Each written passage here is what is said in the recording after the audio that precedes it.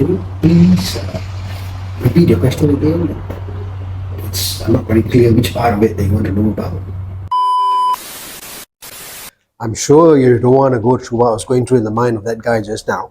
So that was mainly to do with behavioral questions. I'm Bobby from Skillset. I'm here to guide you today to see how we can go through these questions while you are in the interview.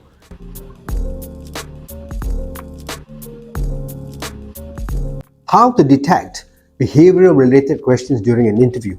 So the pattern is normally used very widely through the STAR system. So the STAR system actually talks about in a question where there's a situation, when there is a requirement of a task that you have done before, and you talk about action and what are the results of the action. So if you have managed to detect or even understood in regards of if these four particular questions actually relate to situation, task, an action, and a result, that means this is a behavior related question. So whenever you come across this, you got to be really sharp, understand, answer systematically, and this is where it's going to help you really ace the question, because at the end of the day, what the interviewer is looking at, you have actually understood the question, you are putting it down properly, and at the same time, you are confident to answer it systematically, not all jumbled up. Many of times people have got a lot of things mixed up, but never mind. I will guide you through how to answer it systematically.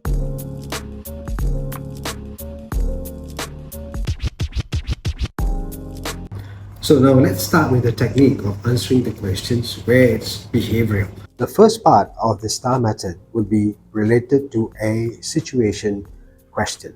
So in this context, what you need to do is explain the situation, give a brief detail of the whole situation, and give a bit of a background introduction. This will give a bit more clear indication to the interviewer of the whole situation that you are in. So this is a good start for you when this question actually comes up and you understand the question itself. In my previous role in the company I was working for, I was the project manager. This was the first time the company was actually implementing a new software, and this was also difficult for us because we had a very short period of time and the company had a very limited budget, and the whole task was brought over to me. In the second method, what you will also receive is this task-based question. And in this task-based question, what you need to do is you've got to be very clear of the objective, the task, what were you working towards to achieve this particular task, and please do mention your responsibility in this particular task and what goals you needed to be achieving for getting the best results for this particular task itself. So this is not about comprising the whole particular question, but getting the task right. So the person is clear what task you are on. The task given to me was really very precise. The company wanted to make sure the whole implementation was done seamlessly, but at the same time without disrupting the daily operations of the whole business. The third method is the action related question. So in this question, what you will have to understand is it's all about action. So in this particular situation, you got to bring out your best action information. It's all about the action, how you have taken the task in, what was the situation like during this task, before and after, how have you accomplished it, and at the same time, it's really important for you to also be very clear what skills you had to use. The whole overall thing actually looks into your decision-making process. So this is where you will really be judged on how sharp you are, and at the same time, was the whole process of making the decision to reach your accomplishment, was it easy or difficult? I had to have regular meetings with the team. I had to identify if there were any issues. I had to make sure that all implementation milestones are actually met, and if there are any technical issues, I had to address them and make sure the whole process is actually done seamlessly. Now, the final part and the most important part of the whole technique of answering these questions it's got to do with the results. Some of the interviewers, they're really result oriented. So they really need to know of the whole situation what the results were. So you got to be really, really clear, give a positive result of what the actions were actually taken and all the other methods used, and at the same time what the outcome was all about, and you've got to also accommodate the outcomes of the actions that were taken. This is where you got to really make sure that it is really clear and it's always precise in regards of what the whole situation turned out to be. Was it better, or did you manage to solve it, or did it have a different outcome altogether, which was really unexpected beyond the results that everybody or you were trying to achieve? The results were great. We had 1 month to implement the whole system. As a matter of fact, we finished implementing the system within 1 week. In turn, this means the company saved costs on the implementation. I would really encourage you to ask the previous company if this whole thing actually made them very happy and the way how I've performed in my tasks. Once I was on a call with a client and they wanted a specific product, and I had to tell them, I'm sorry, we do not have any more stock of that particular product, and they thanked me for it and they told me they're going to look for the same product somewhere else. As I was on the call with them, I kind of asked a few more questions, and what I realized was that we have an alternative product that could actually help them. But before going on further, I had to make sure that I have to ask them a few questions. After going through a few questions, I realized the same particular new product that we have could bring them the same results that actually they wanted. As a matter of fact, it was a bit more cheaper than what they wanted. In turn, at the end of the whole conversation, what my client realized was that by using this alternative product, the same results could be achieved. The client actually purchased that particular new product. What they realized was that the results were actually achieved.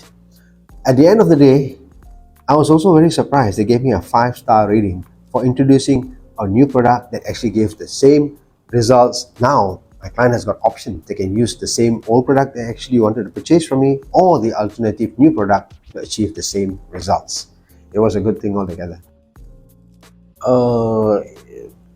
I've had quite a number of scenarios, experience, but um, how does it actually come about? It's like when somebody asks me for something, I'll tell them, if I have it, I have it. If I don't have it, I don't have it.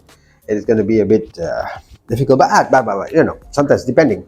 If the client is a bit pushy, I try to be friendly with them.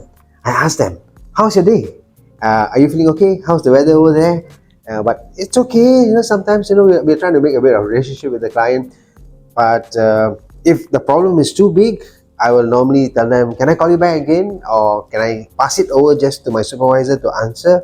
Because sometimes, some clients, they get a bit so sticky about a situation. They want things now. And I don't think so. I'm the kind of person that can solve their problem right away.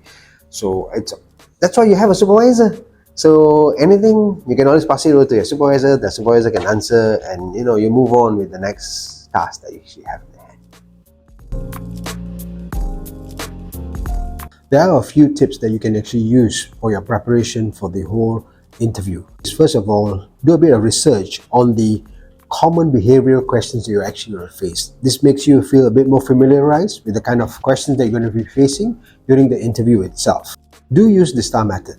By using the STAR method, you are able to give more clear and precise answers during your interview. Match your experience to the job requirement.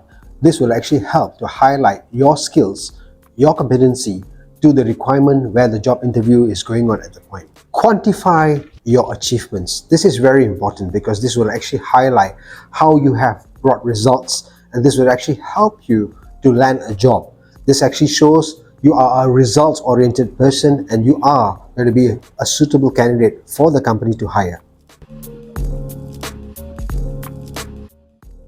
Can you describe a situation when you are responsible for numerous tasks?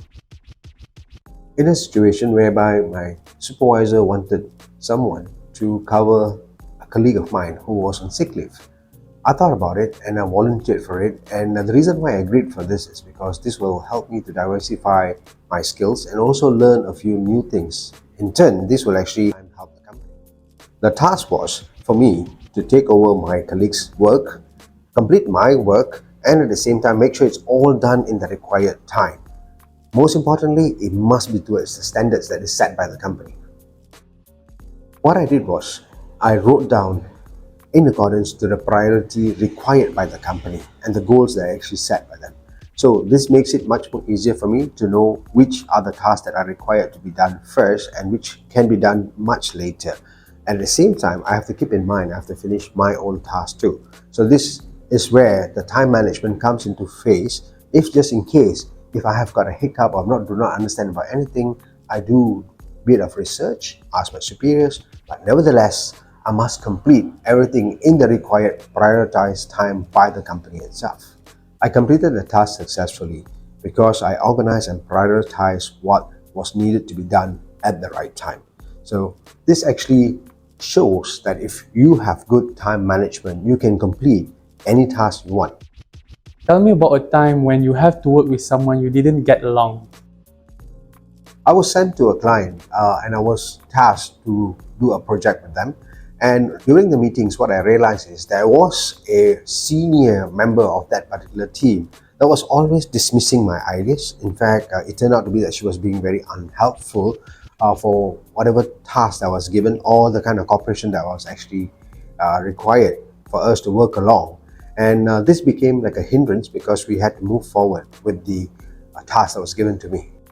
Even though it was difficult, I was determined to build good professional relationship with her to make sure that we are successful to accomplish the task. During the break, I had the opportunity to chat with her. What I noticed was she wanted me to run through a few ideas with her because we had the same common ground of achieving the success of the project.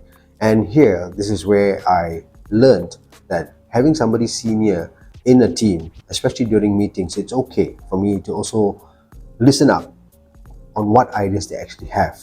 After all, we have the same common ground of having proper success of the whole project. The next time I got into a meeting with the team, I made sure that I shared a few ideas with her, and she actually assisted me, and it was very helpful of her to also get the team on board to complete the whole task. It was a success. In fact, this is where I learned that cooperating with somebody senior who understands the whole task better could bring a better result towards achieving our goals. Thank you for watching the video until the end. I hope you enjoyed it. This will encourage us to make more wonderful videos like that for you. Do use the STAR method, and I hope the tips of the do's and don'ts will really help you. I encourage you to use them a lot. Anyway, before we call it to the end, thank you very much again. And please do not forget to subscribe to our channel and do press the bell icon so we can do more wonderful, informative videos like that for you.